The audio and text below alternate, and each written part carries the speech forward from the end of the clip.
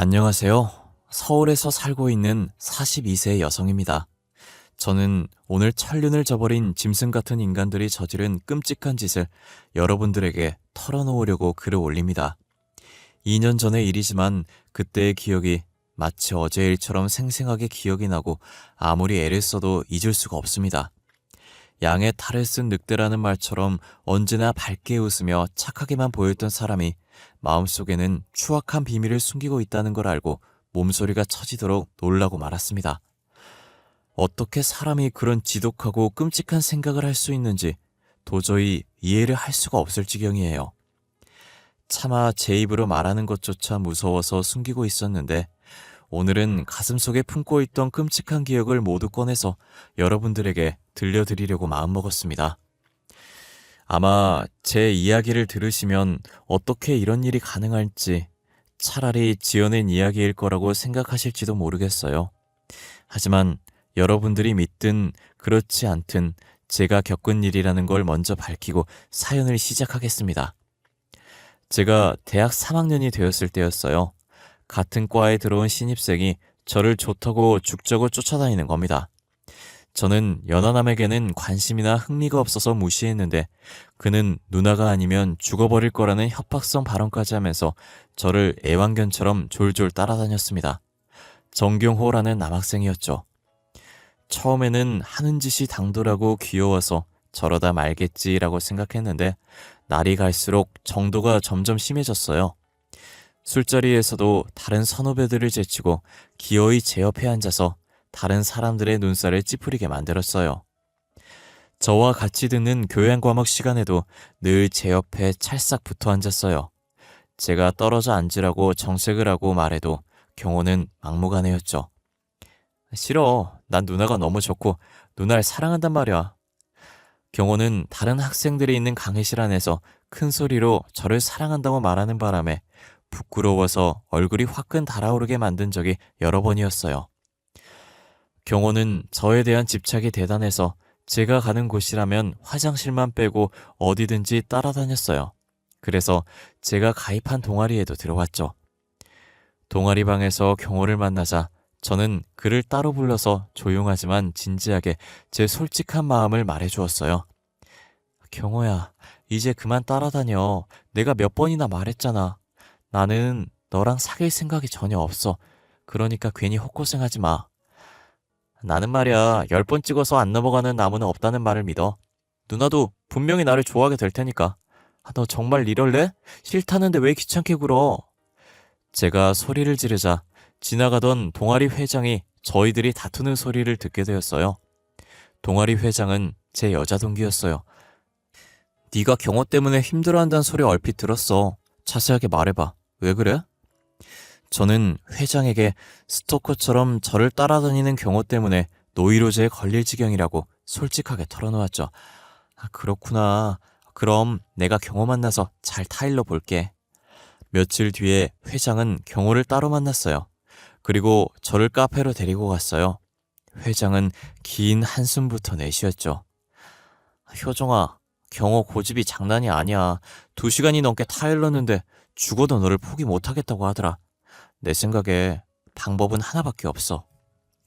그게 뭔데? 빨리 다른 남자를 만나서 애인을 만들어버려. 그럼 경호도 포기할 거야. 내가 괜찮은 남자 소개해줄게.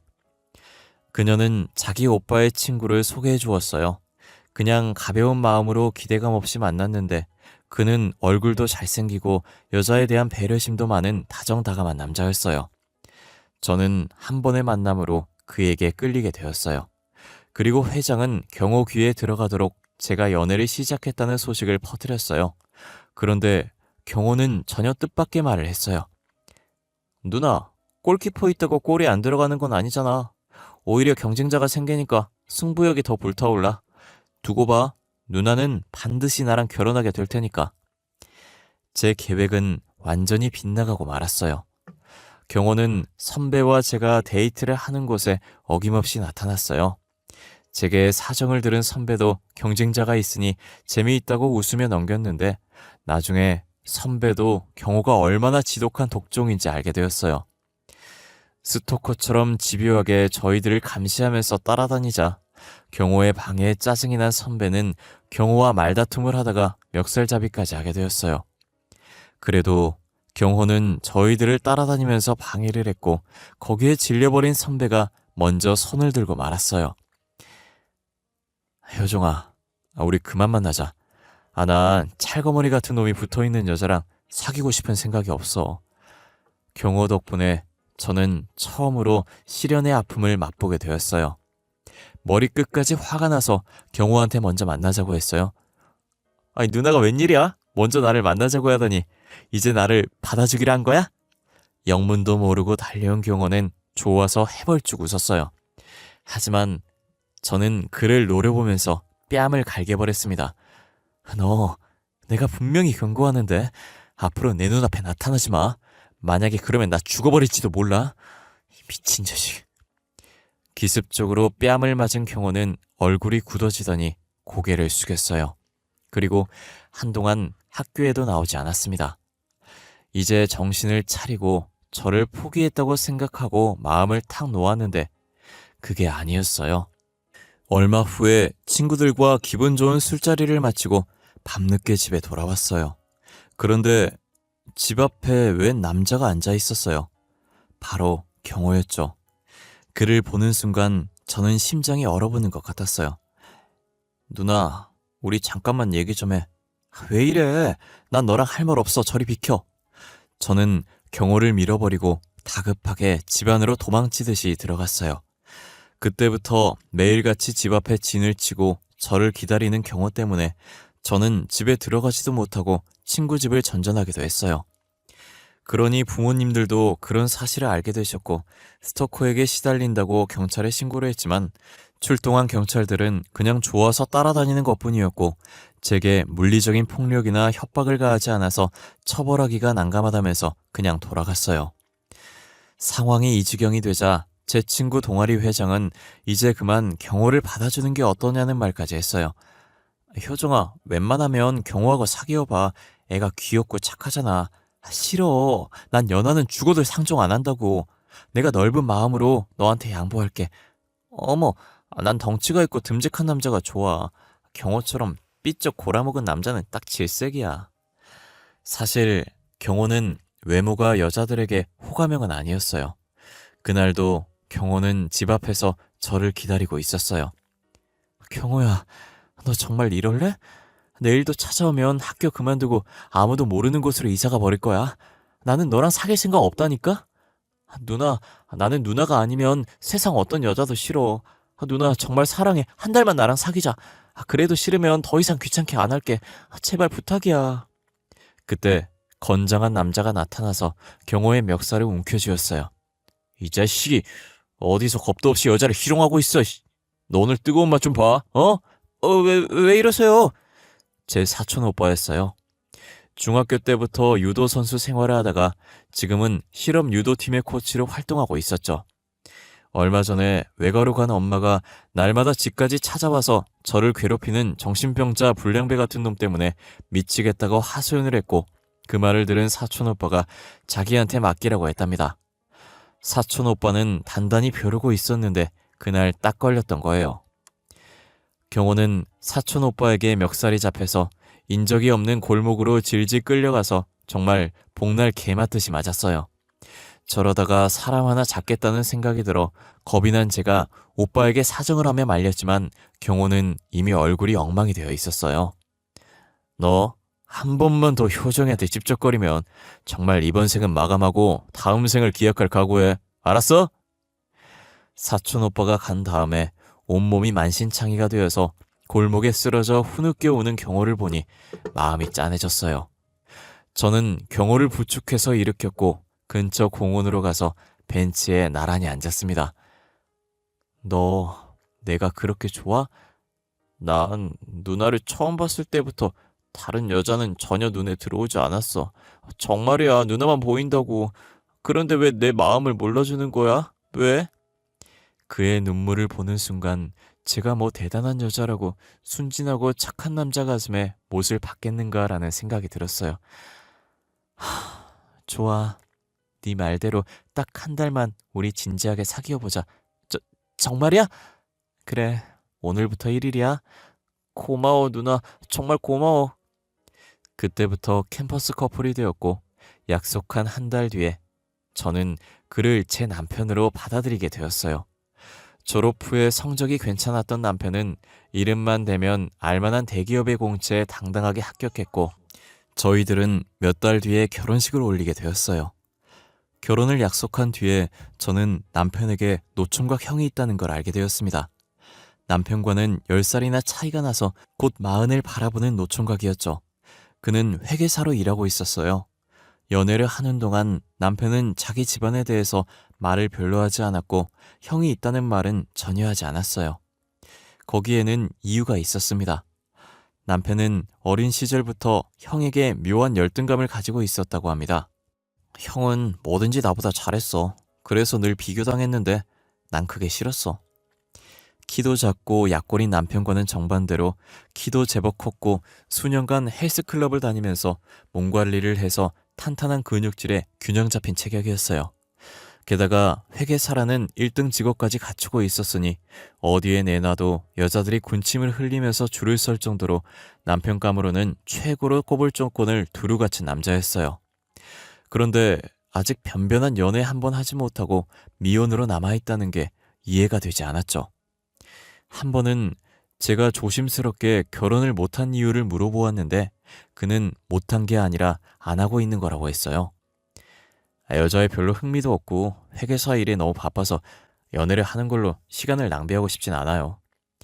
아주버님은 정말 일에만 파묻혀서 사는 성실한 남자였어요. 남편에게 들으니 아주버님은 학창시절부터 유별난 데가 있었다고 했습니다. 나도 공부를 싫어하는 편은 아니었는데 형은 정말 집착에 가까울 정도로 공부에 빠져 있었어. 어떤 때는 뭐에 홀린 사람처럼 집중해서 책을 본다니까. 미친 책벌레라는 별명에 걸맞게 공부하는 것 외에는 다른 곳에 눈을 돌리지 않았다고 해요. 시어머니는 아주버님이 전교에서도 1, 2등을 다툴 정도였으니 명문대학의 법대를 보내서 판검사를 만들 생각을 하셨지만 아주버님은 회계사로 진로를 정해버렸다고 했어요.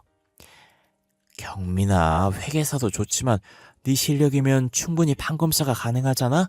그러니 다시 한번 생각해봐. 엄마, 판검사는 따분하고 지루해서 내 적성에 안 맞아. 앞으로 어떤 직업을 택할지는 나한테 맡겨줬으면 해. 그래, 알았다. 네 뜻대로 해라. 시어머니는 내심 아쉬웠지만 워낙 야무지고 총명한 큰아들이라 두말하지 않았다고 해요. 아주버님은 대학을 졸업하기도 전에 회계사 자격증을 땄고 졸업하자마자 선배의 사무실에서 일하다가 몇 년 전에 독립했다고 하네요. 들리는 말로 그 바닥에서는 최고의 실력을 인정받아서 큰 기업들을 고정 고객으로 확보하고 있다고 했어요. 저는 아직 미혼인 아주버님이 부담스러워서 행동이 조심스러웠는데 아주버님은 제게 아주 살갑게 대해주었어요. 항상 깍듯하게 존댓말을 하면서 예의와 품격이 있게 저를 대해주셨죠. 시댁 식구들은 시어머니를 포함해서 누구 하나 아주버님에게 왜 아직 결혼을 하지 않냐고 재촉하는 사람이 없었어요. 집신도 짝이 있다는데 좀 늦으면 어떠냐. 때가 되면 좋은 배필을 만나서 가정을 꾸리게 되겠지.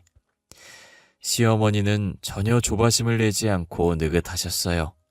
그리고 제가 아들을 낳자 손자 재롱에 푹 빠져서 아주버님의 혼사는 시댁의 관심사에서 멀어져 갔어요.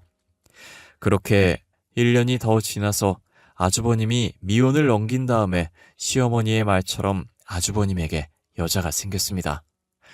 큰 의류 매장을 운영하고 있는 여성이었는데 세금 문제로 아주버님을 찾아와서 상담을 하고 결산과 회계 처리를 봐주느라 자주 만나면서 정이 들었다고 했어요. 둘은 6개월의 연애 끝에 결혼을 약속하게 되었고 예비 동서가 시댁을 찾아왔어요. 동서는 저보다 3살 연상이었어요. 처음에는 어색해서 서로 존댓말을 했는데 결혼과 혼수 준비를 하면서 자주 만나게 되었습니다. 예단을 보러 시어머니와 함께 여러 군데 발품을 팔다가 잠깐 쉬려고 카페에 들렀을 때 동서는 저한테 이제 편하게 지내자고 말했어요. 앞으로 형님이라고 부르지 말고 언니라고 불러. 나도 이제부터 말 놓을게. 시어머니도 웃으면서 고개를 끄덕이셨어요. 그래, 이제 한 식구인데 언니 동생 하면서 친자매처럼 지내거라. 그래서 제게 새로운 언니가 생기게 되었죠. 서로 친해지면서 동서가 어떻게 자랐는지 듣게 되었어요. 동서는 어렸을 때 친엄마가 일찍 세상을 떠났고 할아버지 밑에서 학창 시절을 보내면서 자라게 되었다고 해요. 동서 아버지는 몇 번이나 재혼을 할 기회가 있었지만 딸 하나만 바라보면서 혼자 살았다고 합니다. 그런데 몇 년 전에 낯선 여자를 집으로 데리고 온 아버지가 재혼을 하겠다고 했답니다. 아이 소중아, 네 엄마가 될 뿐이다. 인사드려라. 동서는 처음부터 새엄마가 마음에 들지 않았다고 해요. 소중아, 앞으로는 나를 친엄마처럼 생각하고 지내자. 됐어요. 당신이 우리 아버지가 가진 돈 보고 재혼 결심한 거 다 알아요. 뭐? 당신? 너도 성인이라서 어른 대접을 해주려고 했는데 어디서 배워먹은 버릇이야? 동서의 아버지는 적지 않은 재산을 가지고 있었고 새엄마는 그 돈을 노리고 있는 게 분명하다고 했어요. 내가 그 여자 뒷조사를 해보니까 확실했어. 전 남편하고 이혼한 것도 돈 문제 때문이었거든. 새엄마는 전 남편이 가진 재산을 몰래 처분하려다가 들켜서 이혼을 당한 전력이 있었다고 해요. 동서는 아버지에게 조심하라고 말했지만 아버지는 그 말을 귀담아 듣지 않았다고 합니다. 동서의 아버지가 워낙 새엄마에게 빠져 있으니 동서도 재혼을 반대할 수만 없었어요. 그런데 재혼 후에 씀씀이가 해픈 새엄마와 동서는 사사건건 의견 충돌을 일으켰다고 합니다. 당신 아버지 카드로 300만 원이나 긁었던데 무슨 짓을 한 거예요? 백화점에서 쇼핑 좀 했어. 매일 집에서 노는 주제 쇼핑으로 몇백만 원이나 쓰고 다녀요? 당장 카드 내놔요. 뭐? 웃기고 있네. 네가 뭔데 나한테 이래라 저래라는 거야? 동서는 새엄마의 지갑에서 카드를 꺼내서 잘라버렸다고 해요. 아니, 이게 뭐 하는 짓이야? 화가 난 새엄마는 발악적으로 소리를 지르면서 동서의 뺨을 때렸고 동서도 지지 않고 맞섰다고 합니다. 새엄마는 아주 젊어서 동서와 나이 차이가 많이 나지 않아서 서로 만나기만 하면 앙숙처럼 싸우게 되었다고 했어요. 그러다 동서가 결혼을 한 뒤로는 새엄마와는 연락조차 하지 않고 지낸다고 했어요. 새엄마에게는 거칠고 반항적이었지만 제게 동서는 세상에서 둘도 없는 착한 천사 같은 언니였어요. 제게 상전 노릇을 하지 않고 친언니처럼 살갑게 저를 챙겨줘서 저희들은 친자매처럼 지내게 되었어요. 주말이나 연휴가 끼어서 매장에 손님이 많은 날이면 저는 아들을 시어머니에게 맡기고 어김없이 동서의 매장으로 나가서 알바를 뛰었어요. 일이 끝나면 동서는 어김없이 제게 일당을 챙겨주었어요. 어머 언니, 돈 받으려고 일한 거 아니야. 나도 알아. 그렇지만 아무리 가족이라도 계산은 분명하게 해야지. 특별히 두둑하게 넣었어. 동서는 언제나 저를 여동생처럼 먼저 챙겨주었어요. 명절이 되어서 친척들이 모일 때면 동서는 항상 저보다 먼저 시댁에 와서 모든 준비를 해두곤 했어요. 언니도 참, 내가 한 발 늦었네. 왜 힘들게 혼자 일을 다 해요. 내가 근처에 살잖아. 가까운 사람이 먼저 와서 준비해야지. 동서는 무엇 하나 손 아래인 제게 일을 떠넘기거나 부리려고 하는 법이 없었습니다. 늘 힘든 일은 자기가 도맡아서 했죠.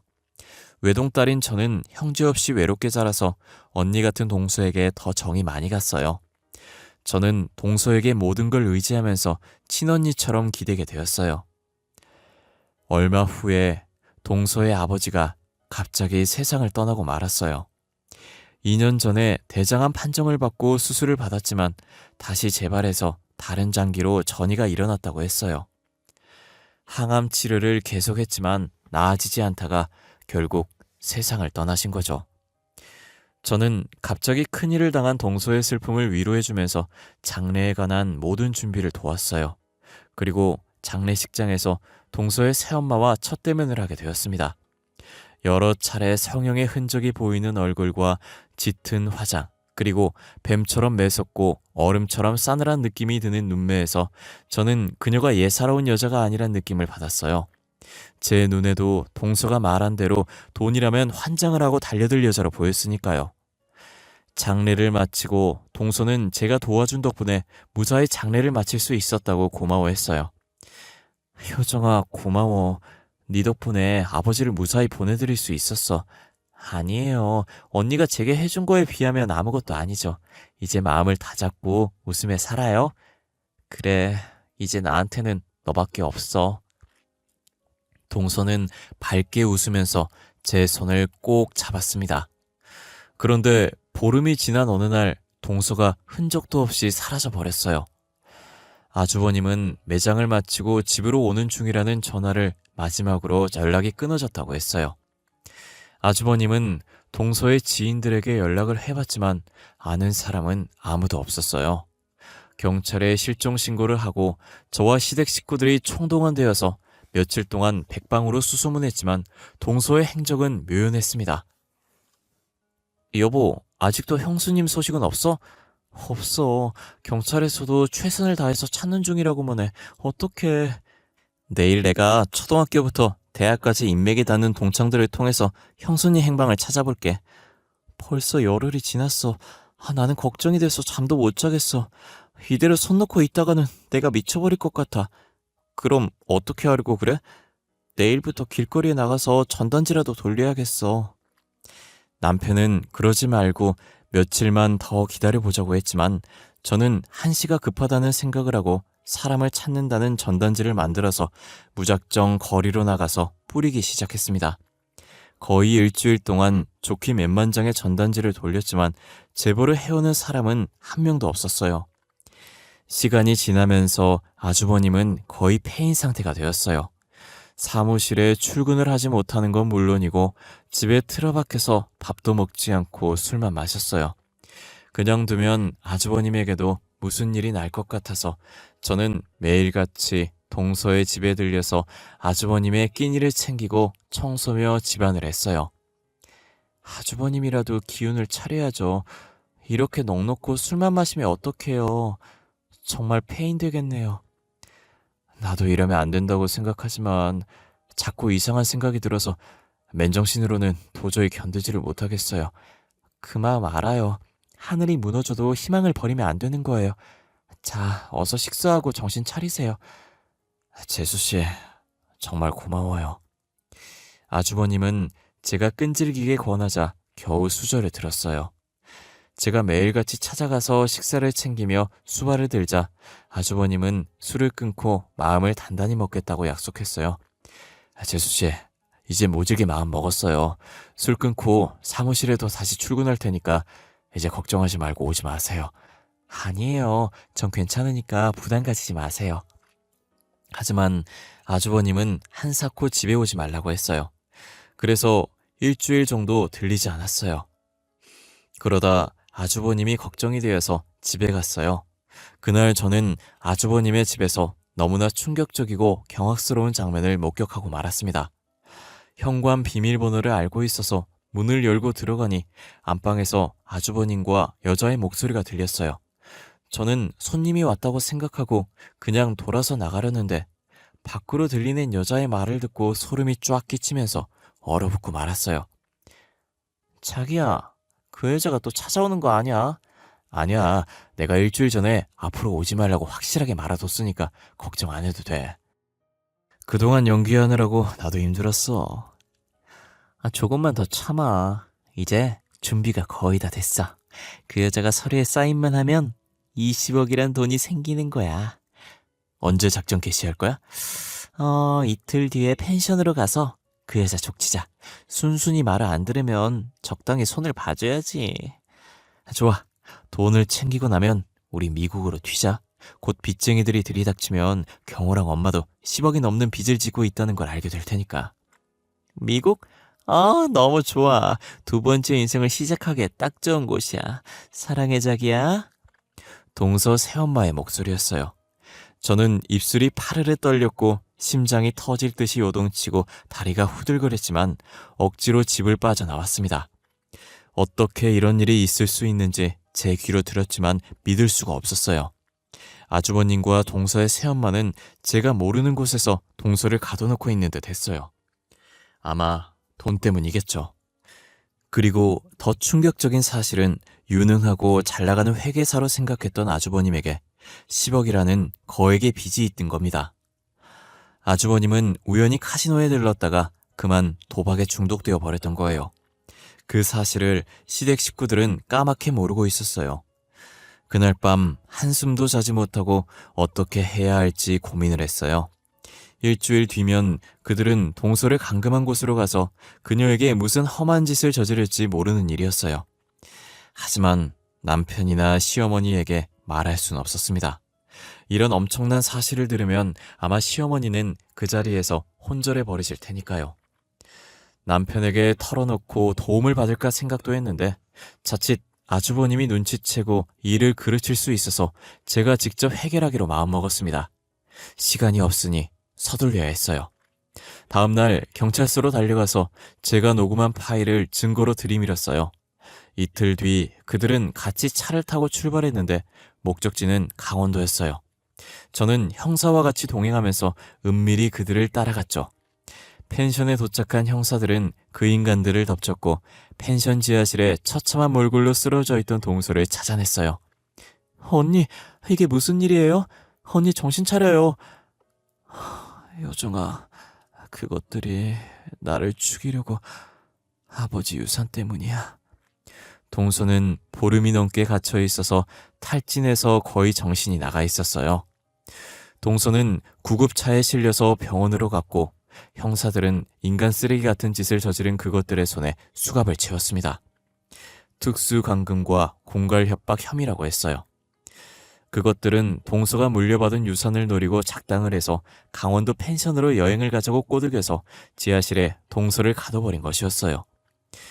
동서의 아버지는 재혼 후에 계모가 자기 재산을 눈독을 들이고 있다는 걸 알아차리고 암이 재발해서 시한부 판정을 받자 새엄마 몰래 변호사를 통해서 전 재산을 동서에게 상속한다는 유언장을 작성했다고 합니다.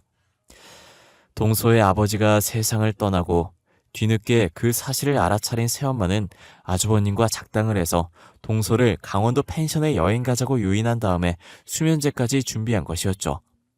여기서 더 기가 막힌 건 동서와 결혼을 하기 전부터 동서의 새엄마와 아주버님이 내연관계였다는 겁니다. 둘이 알고 지내게 된 계기는 아주버님 대학 후배의 누나가 바로 새엄마였다고 하네요.